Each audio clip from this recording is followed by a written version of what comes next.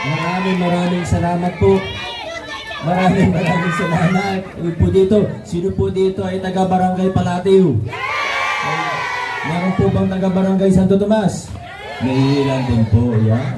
Maraming salamat po sa literal na mainit na pagtanggap sa GT ng Pasig. Alam ko medyo alanganing oras po ngayon at inaantay rin po natin si Vice Mayor Dodot at Congressman Roman. Alam niyo po, medyo mahirap po yung schedule ngayon kasi graduation day po ngayon. Alam niyo naman po na 3 araw lang ang binigay sa atin ng DepEd at mahigit 4 na po ang graduation natin sa lungsod ng Pasig. May mga kamag-anak ba kayo, anak, apo na nag-graduate nung Sabado, kahapon, o ngayon? Ano ba yung schedule ninyo sa Palateo Elementary School? Nandun ako. Hindi ka umattend ng graduation. Paano naman yung anak nyo? Anak nyo po yun? Apo nyo na. Ate nyo. Yung ate nyo may apo. Ano? Ano to? Sige, mamaya na lang tayo mag-usap. Nalito na ako. Talaga naman. Maraming salamat po sa inyong lahat. At i-share ko lang din po yung mensahe ko, kasi meron pang 4 na graduation ako kailangan po. Nagaling na ako sa 4. Magsalita lang ako na mabilis dito. Pasensya na po kung medyo nagmamadali po tayo. Susunod na po ako dun sa 4 pang graduation bago magtanghali. Pero bago po yun, talagang gusto ko lang kunin din yung pagkakataon para pasalamatan ng bawat isa sa inyo. Kasi ang totoo po, malayong na ang narating natin bilang isang lungsod. Kanina nakita ko yung isang picture. Ma'am, kung di ako nagkamali, 2019, nag-pandemic yan kasi may mask. Opo, nasa siguro 2021 po yan, nakamask pa po kasi, pero medyo maluwag na, sabihin mga 2021 na po yan.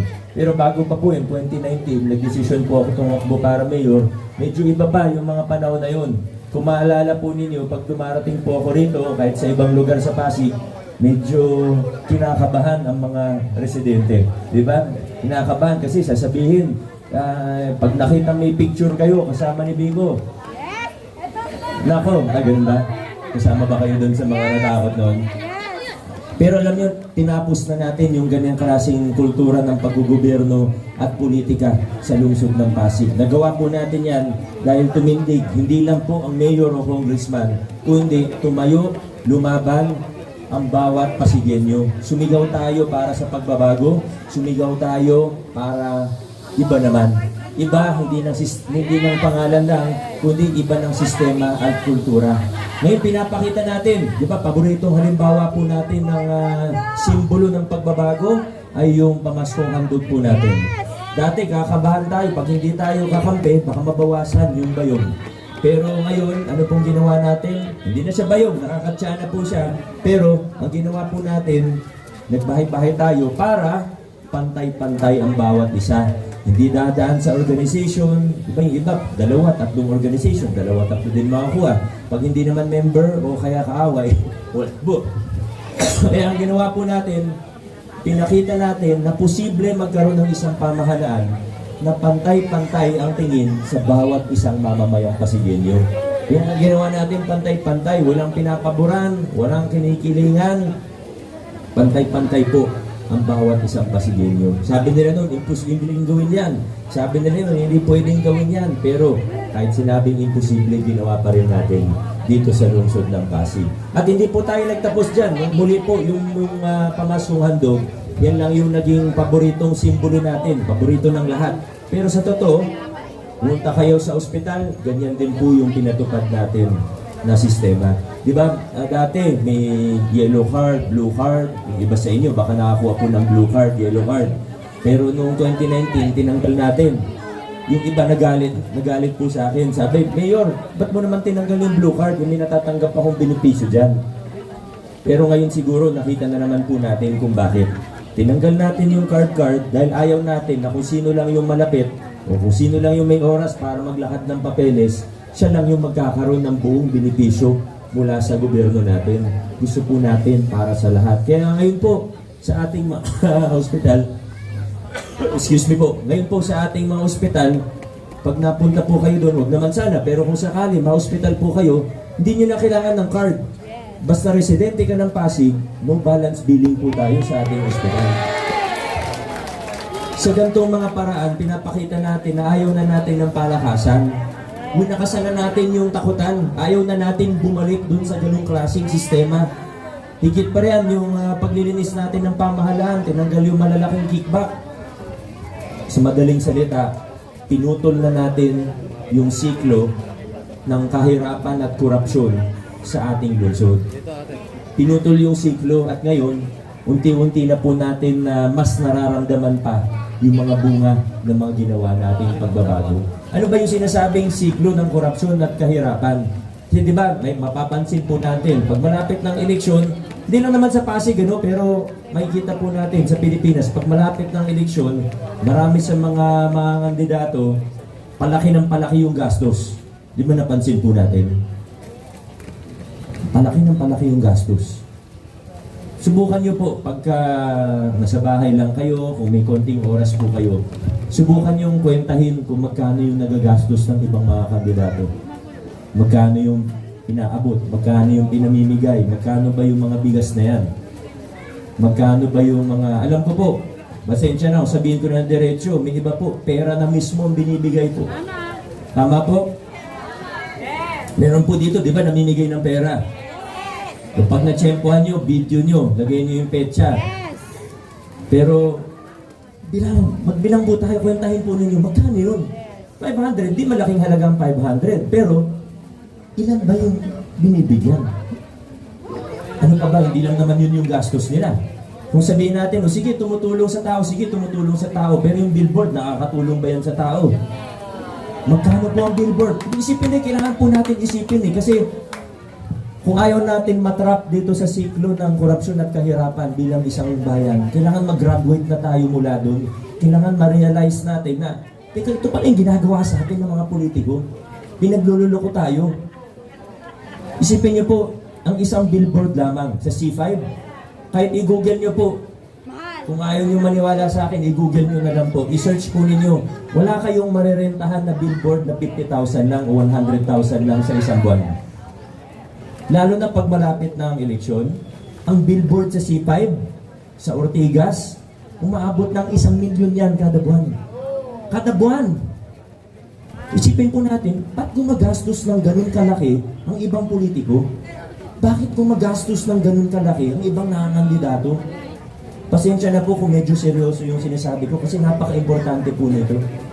Isipin, anong akala nilang meron sa City Hall? Anong akala nilang meron sa posisyon na willing sila gumastos ng hindi lang milyon, kundi bilyon-bilyong piso ang ginagastos? Anong meron? Bakit? Kasi kung totoong gustong tumulong, di mo naman kailangan ng posisyon para tumulong. At ang totoong tulong, walang hinahanap na kapalit.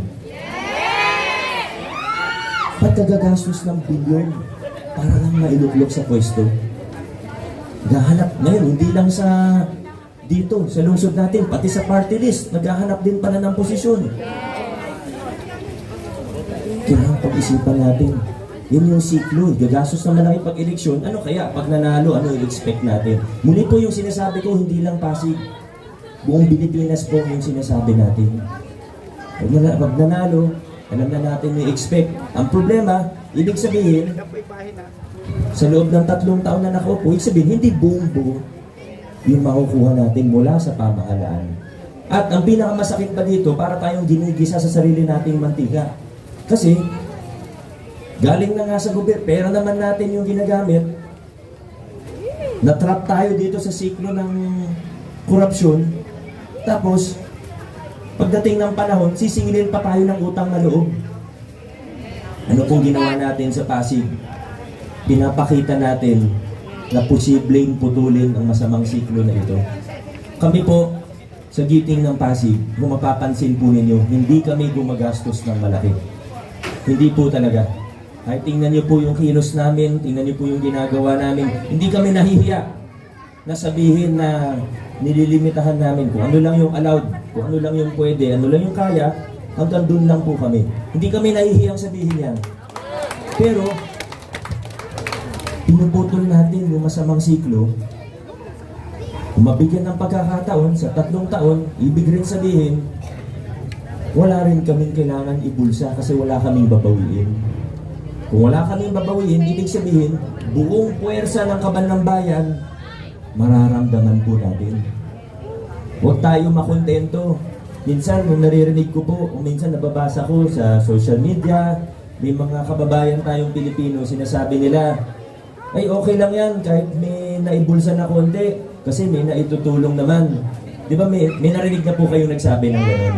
Sana hindi po kayo yun ha, pero minsan, di ba, aminin natin, may naririnig tayong ganyang mensahe. Okay lang naman, nakurap, kasi may ginagawa naman. May naipatayo naman, may naitulong naman. Hayaan mo na yung ilang porsyento niya. Pero sana bilang mga Pilipino, mag-graduate na po tayo mula sa ganung klaseng pag-iisip. Huwag tayo makontento na kalahati lang yung natatanggap natin mula sa gobyerno. Huwag tayo makontento na 90% lang. Huwag tayo makontento na kahit 99% pa yan. Kailangan 100%, buong buo, walang kulang, walang bawas. Yan dapat ang matanggap natin mula sa ating pamahalaan.